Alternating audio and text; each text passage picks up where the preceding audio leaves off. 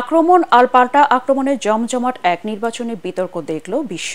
মার্কিন যুক্তরাষ্ট্রের আগামী প্রেসিডেন্ট নির্বাচনের মূল দুই প্রতিদ্বন্দ্বী কমলা হ্যারিস ও ডোনাল্ড ট্রাম্প সরাসরি বিতর্কে মুখোমুখি হন।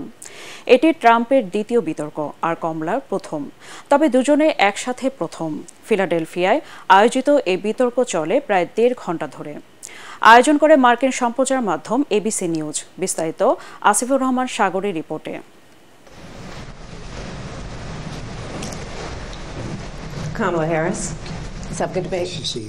বিতর্ক মঞ্চে উঠেই সাবেক প্রেসিডেন্ট ডোনাল্ড ট্রাম্পের সাথে করমর্দন করেন বর্তমান ভাইস প্রেসিডেন্ট কমলা হ্যারিস। উপস্থাপকের প্রশ্নের মধ্য দিয়ে শুরু হয় বিতর্ক। তবে বাইডেনকে সহজেই কুপঘাত করেছিলেন ট্রাম্প, আর সে কারণেই বাইডেনকে নির্বাচনী দৌড় থেকে সরে যেতে হয়েছিল। সে তুলনায় কমলা কঠিন প্রতিপক্ষ। ট্রাম্পের সাথে সমানে সমান লড়াই চালিয়ে গেছেন তিনি।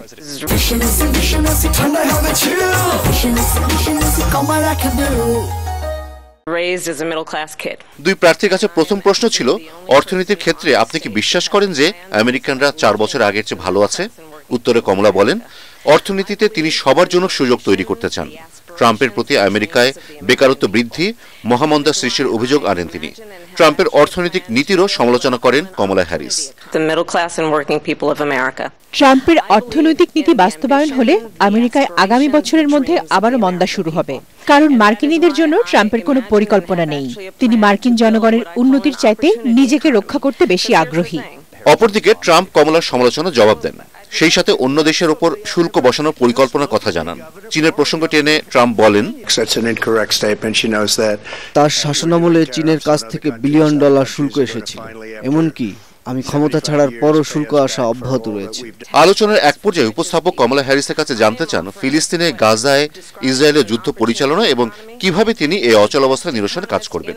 উত্তরে কমলা হামাস ইসরায়েলকে যুদ্ধবিরতির আহ্বান জানিয়ে বলেন, গাজা পুনর্গঠনের জন্য দুই রাষ্ট্রের পথে যাওয়াই হবে একমাত্র সমাধান। ইসরায়েলের আত্মরক্ষার অধিকার রয়েছে, তবে এটি কিভাবে করা হবে সেটাই গুরুত্বপূর্ণ। এই যুদ্ধের অবসান হওয়া উচিত, এটা অবিলম্বে শেষ হওয়া উচিত।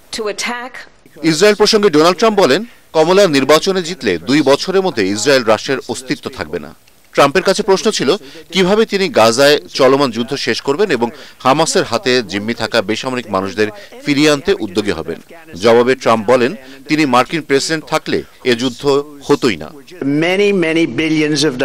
কমলা হ্যারিস ইসরায়েলকে ঘৃণা করেন, একই সময়ে তিনি নিজের মতো করে আরব জনগণকেও ঘৃণা করেন। বিতর্কে আরও উঠে আসে গর্ভপাত ও অভিবাসন ইস্যু। যুক্তরাষ্ট্রে এখনো কোনো নারী প্রার্থী প্রেসিডেন্ট হতে পারেননি। এবার ট্রাম্পের বিরুদ্ধে লড়াই জিতলে ইতিহাস গড়বেন কমলা হ্যারিস। ইতিহাস গড়তে পারবেন কি না তার জন্য অপেক্ষা করতে হবে আগামী 5 নভেম্বর পর্যন্ত। আসিফুর রহমান সাগর, ATN বাংলা।